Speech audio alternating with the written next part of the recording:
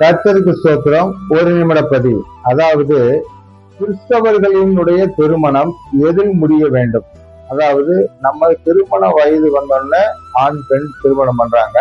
அந்த திருமணம் எதில் முடிவடைய வேண்டும் அப்படிங்கிறத கணக்கு. இப்ப எப்படி முடிவடையுதுன்னா, பண்ற திருமணம் அதாவது ஒரு குறிப்பிட்ட லெவல்லயே கை விட்டுட்டு போலீஸ் ஸ்டேஷன்ல போய் திருமணத்தை ரத்து பண்ணிக்கிறாங்க, இல்ல கோர்ட்ல போய் திருமணத்தை ரத்து பண்ணிக்கிறாங்க, இல்ல அப்படின்னா ஊர்லயே ஏதாச்சும் ஒரு பஞ்சாயத்து பண்ணி அந்த திருமணத்தை ரத்து பண்ணிக்கிறாங்க. நம்மளுக்குள்ள சண்டை வந்தா ஏதோ ஒரு வழியில திருமணத்தை ரத்து பண்ணிக்கிறாங்க. பண்ணிட்டு ஆண் பெண் அவங்க அவங்களுக்கு பிடிச்ச மறுபடியும் இன்னொரு கல்யாணத்தை பண்ணிட்டு போயிடுறாங்க. இப்படித்தான் திருமணம் முடிவுக்கு வருது.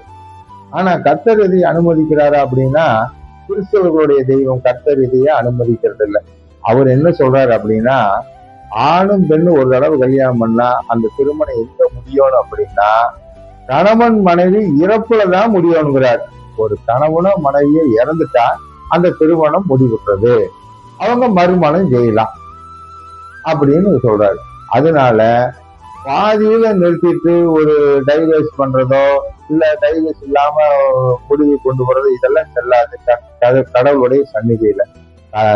அதாவது மரணத்துல மட்டும்தான் இந்த திருமணம் முடிவுக்கு வருகிறது, திருமணி பிரகாரம். ஆமீன்.